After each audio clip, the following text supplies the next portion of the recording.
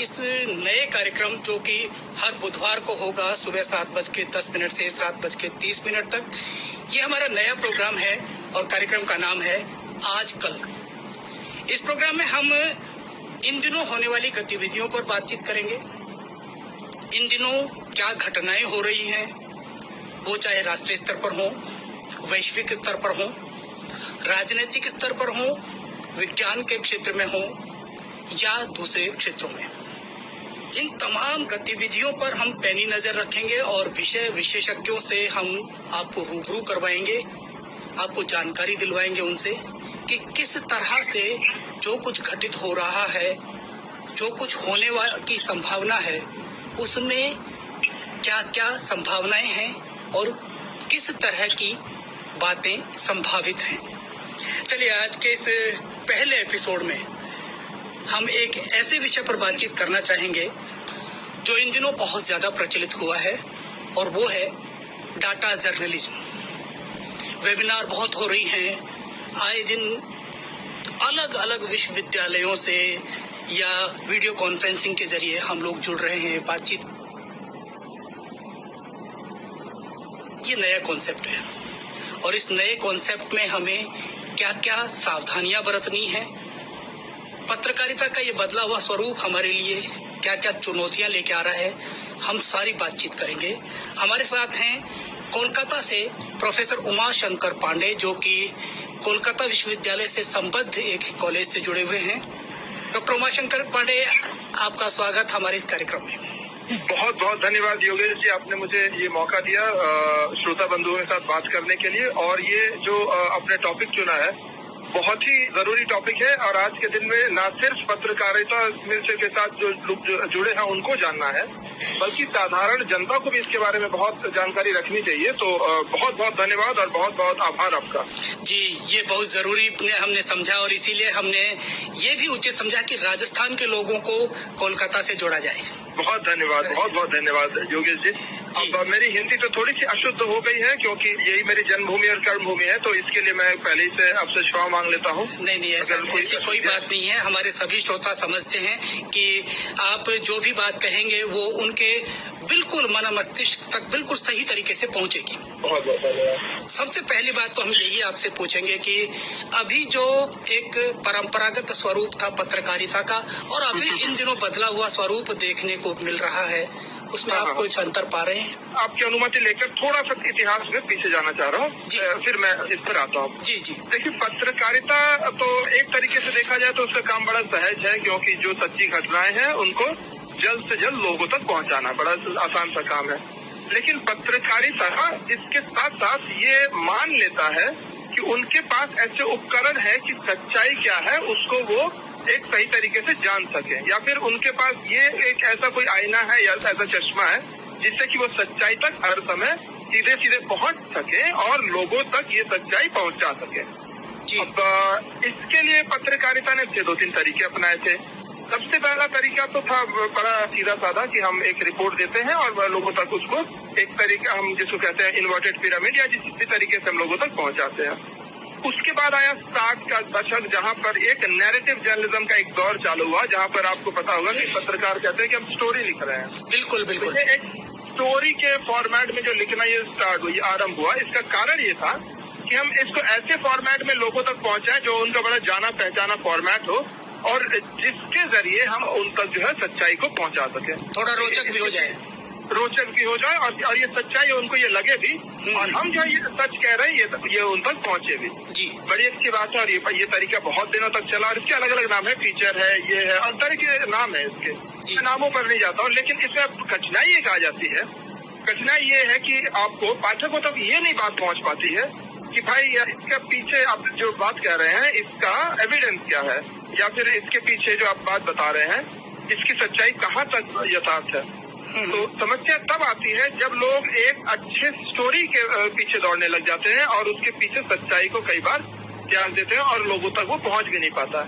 एक बड़ी इंटरेस्टिंग घटना हुई 1980 में अमेरिका में। पुलित्जर प्राइज का नाम आप लोगों ने सुना होगा। पुलित्जर प्राइज वहाँ पर पत्रकारिता में बहुत मशहूर पुरस्कार है। जी बिल्कुल। तो ये पुरस्कार दिया जाता है।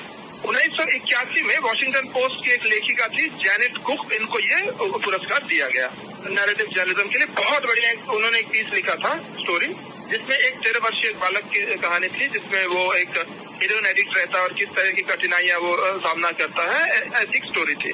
इतने अच्छे तरीके से लिखी गई कि उसको पुलित्जर पुरस्कार मिला। अब पुलित्जर पुरस्कार उनके लिए एक अभिशाप बन गया लेखिका के लिए, क्योंकि जैसे ही पुरस्कार मिलता है तो लोगों का थोड़ा सा आग्रह निकलता कि देखा जाए है क्या स्टोरी। और फिर जब थोड़ा सा उसके अंदर जाकर देखा गया तो लोगों को पता लगा कि अरे भाई ये तो फिर बनाई स्टोरी है, मेड अप, जिसे हम अंग्रेजी में कहते हैं, कि वो कोई बच्चा तो एग्जिस्ट ही नहीं करता है। उन्होंने सिर्फ एक स्टोरी को एक फिक्शन के जरिए बना दिया और लोगों तक पहुंचा दिया। तो वो एक समाचार और न्यूज, सही तरीके की न्यूज ना हो के फिक्शनल बात हो गई, फिक्शनल पार्ट हो गई। अब इससे बड़ा धक्का लगा, क्योंकि नैरेटिव जर्नलिज्म का जो फॉर्मेट था तब तक तो काफी मशहूर था, काफी लोकप्रिय था, लेकिन इसके बाद जो है धक्का लगना आरंभ हुआ। लोगों ने ये सोचा, अरे भाई ये कह रहे हैं, लेकिन ये कह रहे हैं और ये सच है या नहीं, क्योंकि उसके पहले वाले जो पत्रकार होते थे उनकी विश्वसनीयता पर तो कोई प्रश्नबोधक चिन्ह लगा ही नहीं सकता था।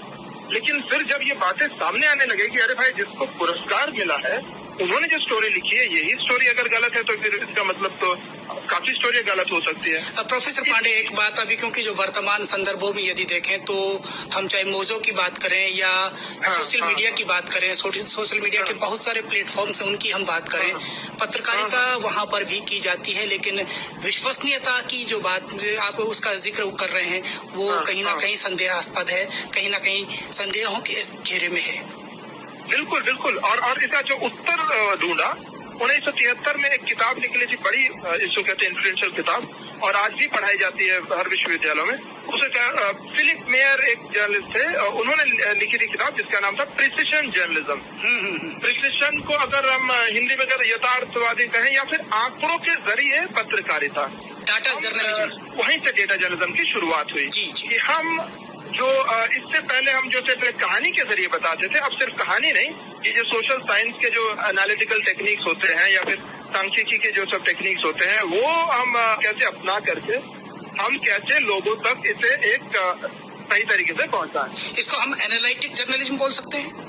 बिल्कुल सर, क्योंकि ये एनालिसिस भी होती है, लेकिन इसमें सबसे मूल बात जो मानने वाली ये है कि डेटा, आप जिसे कह लीजिए, आंकड़े कह लीजिए, ये जो है इसका मूल बिंदु होता है। सहज शब्द में समझाऊं तो जब मान लीजिए अगर एक साधारण पत्रकार, वो तो डिपेंड करता है सोर्स पर। भारत में आप डाटा जर्नलिज्म का क्या भविष्य देख रहे हैं, क्या स्वरूप अभी पा रहे हैं? बिल्कुल सर, अब ये है जी, पहले तो सोर्स आपका 1, 2, 3, 4 व्यक्ति होता था। अभी आपके पास ये जो पब्लिक डेटा है, हजारों, लाखों, करोड़ों की संख्या में ये सब डेटा सेट आपको उपलब्ध है। अब आपके सोर्स का कैसे व्यवहार करके आप लोगों तक इसको पहुंचाते हैं। अब देखेंगे आप हर तरीके की स्टोरी, खासकर कोविड-19 से रिलेटेड जितनी स्टोरी है, इसमें आप देखेंगे आंकड़े बहुत ज्यादा हैं। जी जी। और लेकिन ये आंकड़े बहुत ज्यादा होना भी एक तरीके से कई बार दुष्परिणाम भी होते हैं, क्योंकि आप सांख्यिकी को अपने तरीके से आप इसको ट्विस्ट करके अपने तरीके की स्टोरीज भी दे सकते हैं। तो एक पत्रकार को बहुत ज्यादा सावधान होने की जरूरत है कि हम जो सोर्स के साथ हम जैसी सतर्कता अपनाते थे वैसे हम डेटा के साथ भी अपनाएं। और आजकल तो आप ढूंढेंगे तो अगर मैं न्यूज़पेपर के नाम लूं, देखिए हम एक बात ये कहें कि जो सवाल मुख्य उठ रहा है ये कि पत्रकारिता में जब आंकड़ेबाजी आ गई है, डेटा जर्नलिज्म की हम बात कर रहे हैं, तो पूरी तरह से विशुद्ध रूप से हम आंकड़ों पर क्या पत्रकारिता को जिंदा रख पाएंगे? बहुत बढ़िया सर, बहुत बढ़िया आपने सवाल पूछा, मैं इस पर ही आने वाला था। मैं जो बात बताने की कोशिश कर रहा हूँ कि डेटा हमारे लिए सोर्स है, ये हमें सिर्फ एक इंडिकेट कर रहा है कि ये स्टोरी ये है कि यहाँ पर ये चीजें कम हो रही है, यहाँ पर ये चीजें ज्यादा है, तुलनात्मक रूप से हम इस राज्य से या उस क्षेत्र से या इस जिले से आगे या पीछे हैं, कई तरीके की हम एनालिसिस कर सकते हैं। लेकिन जो स्टोरी निकल के आएगी वो तो हमें ऐसे बनानी पड़ेगी जो कि लोगों को आकर्षक लगे, जो लोग पढ़ना चाहें, क्योंकि अगर हम सिर्फ आंकड़े देने लगे तब तो वो फिर कोई पढ़ना ही नहीं चाहेगा, बिल्कुल नीरस तो होगी और कोई भी उसकी तरफ ध्यान नहीं देना चाहेगा। बिल्कुल सही कहा आपने। तो हमें स्टोरी ऐसे बनानी है, डेटा तो सिर्फ हमारे लिए हम कहते हैं एक टूल है और एक हमारा सोर्स है जी। अब उस सोर्स को हम ऐसे यूज करें जिससे कि हम सही से सही स्टोरी निकाल सके, बहुत ज्यादा आकर्षक बना सके, लोगों के लिए रेलेवेंट बना सके, उनके लिए उपयोगी बना सके। तो अब जो है हमारे पास इतने ज्यादा हमारे पास ये संख्या में उपलब्ध है कि अब हमें ये सोचने की जरूरत नहीं है हमें कौन सी स्टोरी करनी है, तो हमें ये सोचने की जरूरत हो जाती है कि इतने सारा डेटा उपलब्ध है, अब हम कैसे इसको रिलेट करें एक साधारण मनुष्य के जीवन से, कैसे हम एक एग्जाम्पल लेकर ढूंढे। मान लीजिए डेटा में जनरली शुरुआती दौर में जो पत्रकारिता करते हैं 3 तरीके की स्टोरी ज्यादा करते हैं वो, एक तो क्राइम पर करते हैं, दूसरा हेल्थ पर और तीसरा एजुकेशन पर।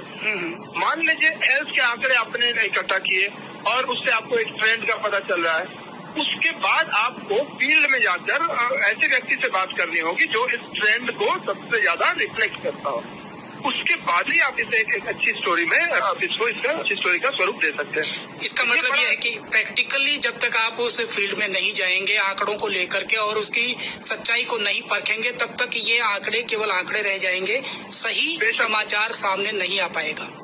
बेशक, और आंकड़ों से मैं क्या प्रश्न करूं, बिल्कुल प्रश्न मैं सोर्सेज से करता हूं, ठीक वही प्रश्न मुझे आंकड़ों के साथ भी करना है कि भाई ये आंकड़े आए कहां से, हाँ। ये आंकड़े एनालाइज कैसे किए गए और क्या ऐसी चीजें हैं जो ये आंकड़े नहीं बता रहे हैं, क्योंकि आंकड़े छुपाते भी हैं। बिल्कुल, हमें ये पता रहना चाहिए कि हम इन आंकड़ों से क्या प्रश्न करें, क्योंकि आंकड़े सिर्फ हमारे लिए, मैं बार बार कह रहा हूँ, हथियार है, एक टूल है, और इसके जरिए हमें लेकिन ऐसी स्टोरी बनानी है जो लोगों के लिए उपयोगी हो, जो उनके काम आए, जो उन्हें अच्छा लगे।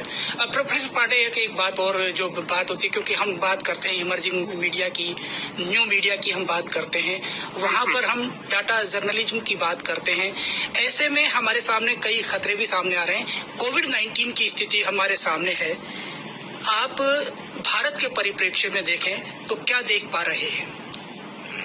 अब ये तो बहुत ही बढ़िया आपने सवाल किया।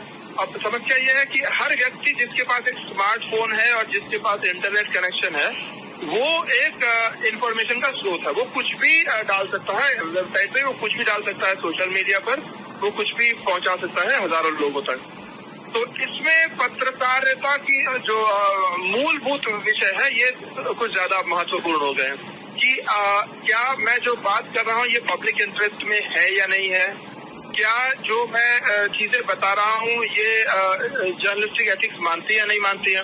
आपने देखा होगा कोविड-19 पर एक ही आंकड़े 2 तरीके से बयान किए जाते हैं जी। जो अगर मैं राजनीति के इस ध्रुव से हूँ तो मैं ऐसी बातें करूंगा, जब मैं उस ध्रुव से हूँ तो ऐसी बातें करूंगा, लेकिन पत्रकार को उसमें जो सच्चाई ढूंढ कर निकालनी है ये बड़े महत्वपूर्ण हो जाता है, क्योंकि लोगों के पास अब तो इतना ज्यादा इन्फॉर्मेशन है, इतने ज्यादा तथ्य उनके पास अवेलेबल है। हमारी जिम्मेदारी ये हो जाती है उनको बताना, जिसे हम अंग्रेजी में कहते हैं, उन्हें समझाना पड़ेगा मीनिंग ऑफ द न्यूज। या फिर आपको आपके रेडियो की भाषा में कहेंगे तो bring out the signal from the noise. इतने नॉइज है, इतने जो हर तरफ चिल्लाहट है, उसमें से सिग्नल ढूंढ कर लाना, ये बड़ा एक चैलेंज है। इस कोलाहल में से सही जानकारी, सही शब्द और सही समाचार को ढूंढ के लाना आज बहुत बड़ी चुनौती पूरे दुनिया के सामने है, क्योंकि आप पत्रकारिता के शिक्षक भी हैं और एक स्वयं बहुत अच्छे विद्वान भी हैं। भारत की जो स्थिति फिलहाल हम देखते हैं, कोविड-19 के पोस्ट सिनेरियो को यदि हम देखें, जर्नलिज्म से निकल करके हम अपनी जिम्मेदारी वाली जो एक पत्रकारिता थी उसकी तरफ हम किस तरह से जा सकते हैं? ये तो बहुत जरूरी है, क्योंकि अगर हम हमारी विश्वसनीयता पर अगर प्रश्न उठने लगे तब तो हमारे लिए अस्तित्व का प्रश्न आ जाएगा, और ये बड़ा ही महत्वपूर्ण चक्कर है, क्योंकि हम जिस तरीके की हम डेमोक्रेसी की बात करते हैं उसका मूल खंबा है मीडिया, क्योंकि लोगों के जजमेंट पर डिपेंड करता है डेमोक्रेसी, और लोग सही जजमेंट तभी कर पाएंगे जब उनके पास सटीक तथ्य होंगे, जब उनके पास सटीक इन्फॉर्मेशन होगा। और हमारे अगर हम यही मीडिया ही अगर यहाँ कमजोर हो जाता है तब तो बड़ा मुश्किल हो जाएगा। अब खुद लोग जो है, आप जैसा कहते हैं कि फेक न्यूज चेक करने लगे हैं, खुद वो समाचार की कितनी ज्यादा सत्यता है ये जांच करने लगे हैं। तो हमारे ऊपर अब ये और बड़ी जिम्मेदारी आ गई है कि हम ज्यादा से ज्यादा एविडेंस लोगों तक पहुंचाएं। एक साधारण स्टोरी में भी हम लोगों को ये बताएं कि हम इस निष्कर्ष पर पहुंच रहे हैं, इसका हमारा कारण ये है, ये सब लोगों तक पहुंचाना पड़ेगा। सिर्फ मैं कह रहा हूँ इसलिए सही नहीं है, मैं कह रहा हूँ कारण इसके पीछे ये है, इसके पीछे ये स्टैटिस्टिक्स है, इसके पीछे ये फैक्ट्स है। तो फैक्ट बेस्ड जर्नलिज्म बहुत आने वाला है, बहुत ज्यादा इंपॉर्टेंट होने वाला है, क्योंकि लोगों को इन्फॉर्मेशन की जरूरत तो पड़ेगी। और अब तो मैं जो बताता हूँ कि इन्फॉर्मेशन के साथ साथ उन्हें ये बताने की जरूरत पड़ेगी कि आपके पास जो खबर है ये महत्वपूर्ण कितना है, ये किस परिप्रेक्ष्य में कहा गया है और इसकी पटभूमि क्या है, ये किस बैकग्राउंड में ये आ रहा है। तो ये तीनों चीजें बताने की जरूरत पड़ेगी और मैं समझता हूँ कि ये आने वाले दिनों में पत्रकारों को ये हर चीजों का बैकग्राउंड, जिसे मैं कह रहा हूँ कि वो किस पटभूमि में किया गया, उसका कॉन्टेक्स्ट किस परिप्रेक्ष्य में और सिग्निफिकेंस, उसकी महत्ता क्या है, ये सब लोगों को पहुंचाने होंगे, क्योंकि सिर्फ रॉ इन्फॉर्मेशन काफी नहीं है। रॉ इन्फॉर्मेशन का तो बहुत ज्यादा लोगों के पास अभी जरिया है, मिसयूज भी होता है उसका, मिसयूज। चलिए एक और सवाल उठता है कि हम जब स्टैटिस्टिकल हो जाते हैं, सांख्यिकी दृष्टिकोण से ही बिल्कुल डाटा के ऊपर निर्भर करने लगते हैं, उसके बाद में यदि आज के दौर में हम देखें, पोस्ट कोविड-19 के दौर में भारत की स्थिति देखें तो वहाँ मजदूरों का पलायन हुआ और साथ ही साथ बेरोजगारी के आंकड़े बहुत ज्यादा बताए जाने हुए, सामने आने लगे। कई बार ऐसे आंकड़े भयावह स्थिति पैदा करते हैं और डरावनी शक्ल लेकर के लोगों को एक बहुत ज्यादा डराने लगते हैं। बहुत सही बात की आपने। देखिए, कोविड-19 की तो एक अच्छी चीज हुई कि हम सब ज्यादा लोग हम जो है हेल्थ लिटरेट हो गए। हेल्थ के संबंध में हमारी जो पहले धारणा होती थी, अब उससे बहुत ज्यादा हम जानने लगे कि क्या क्या चीजें कर रही है, क्या नहीं कर रही है। वैसी एक बहुत ही महत्वपूर्ण चीज है, क्योंकि देखिए सबसे बड़ा जो शक्ति है वो तो पाठक, श्रोता और दर्शक के हाथ में है। हमारी ये कोशिश होनी चाहिए कि हमारे पाठक, हमारे श्रोता, हमारे दर्शक कितने ज्यादा डेटा लिटरेट बने, ये बतानी उनको बहुत जरूरी है। क्योंकि कहाँ से आ रहा है डेटा, कहाँ से आंकड़े आ रहे हैं। अब देखिए, माइग्रेंट वर्कर्स के जो समस्या थी, ये तो कितने सालों से चली आ रही है। अगर कोविड-19 नहीं आता तो कई लोगों को तो पता भी नहीं चलता कि भाई माइग्रेंट लेबरर नाम की कोई चीज भी होती है, और वो बेचारे जो है सिर्फ चावल और नमक खा कर रह जाते हैं। ये तो आपने भी देखा होगा, हम लोग ग्राउंड पर रहे हैं, ये तो बहुत पुरानी चीज है जी। लेकिन ये सब चीजें अब लोगों के सामने आ रही है, तो कोविड-19 ने बहुत ही जो है अलग अलग चीजें लोगों के सामने खड़ा किया। तो जैसे लोग हेल्थ लिटरेट हुए हैं, मेरे हिसाब से ये डेटा लिटरेसी भी बहुत महत्वपूर्ण होने वाली है। और पिछले दिनों हम लोग ऐसी एक ऐसी हम परियोजना कर रहे थे, वहाँ पर ये डिस्कशन में आया कि अब डेटा लिटरेसी भी बड़ी इंपॉर्टेंट चीज है। लोगों को डेटा के विषय में भी अवगत कराना हमारा कर्तव्य है। और कई तो बड़े बड़े आप देखेंगे समाचार पत्र वो ऑलरेडी आरंभ कर चुके हैं अपने एडिटोरियल पेज में, वो प्योर डेटा, एक डेटा पॉइंट करके कॉलम निकालते हैं और वहाँ पर ये प्रोवाइड करने लगे। ये बहुत जरूरी है, क्योंकि आंकड़े भी जरूरी हैं, लेकिन कई बार ऐसे आंकड़े डराने लगते हैं। जैसे बेरोजगारी की बात करते हैं कि कहाँ जाने लगा, कोई भी आंकड़े दे रहा है 15 करोड़ लोग हो गए, कोई 10 करोड़ बोलता है, कोई 5 करोड़ बोलता है। अब हम सच्चाई किस आंकड़े में देखें? अब ये जो मैं आपको बता रहा था, सबसे बड़ी बात कि ये आंकड़े आ कहाँ से रहे हैं। बिल्कुल, अगर ये कोई ग्लोबल एजेंसी, मान लीजिए यूनाइटेड नेशन के हैं, या फिर वर्ल्ड हेल्थ ऑर्गेनाइजेशन के हैं, या फिर यूनाइटेड नेशन की किसी और ऑर्गेनाइजेशन, अब तो फिर ये बहुत ही विश्वसनीय है। अगर ये ऐसे किसी संगठन या ऐसे संस्था ने निकाली है जिसकी विश्वसनीयता पर लोगों को प्रश्न चिन्ह है, तब फिर वैसे आंकड़े से हमें सावधान रहने की जरूरत है। लेकिन आपने बड़ा सही कहा, ये तो हर तरीके से इसका उपयोग और दुरुपयोग होने लगा, और इसमें पत्रकार भी कई बार धोखे में आ जाते हैं, क्योंकि ये जो जिसे हम फेक कहते हैं या डीप फेक कहते हैं, उसका स्वरूप ऐसा होता है कि उसके पीछे से हमें सच्चाई ढूंढ निकालना बड़ा कठिन हो जाता है। तो ये जो डराने वाली चीजें हैं, इसके पीछे कई बार उद्देश्य भी होता है, कुछ राजनीतिक उद्देश्य होते हैं, कुछ व्यावसायिक उद्देश्य होते हैं, या फिर कुछ आइडियोलॉजिकल उद्देश्य होते हैं। ये दूसरी एक और चीज है कि कई तरीके के श्रोता वैसी ही चीजें सुनना चाहते हैं। मान लीजिए मेरा एक राजनीतिक दृष्टिकोण ए या बी है, तो फिर मैं ए की तरफ अगर आएगा तो मुझे अच्छा लगेगा, बी की तरफ नहीं आएगा तो ये अच्छा नहीं लगेगा। तो ये एक बड़ा कॉम्प्लेक्स चैलेंज है कि हम श्रोता तक कैसे सटीक और सही खबर, सही आंकड़े और सही एनालिसिस कैसे पहुंचाएं।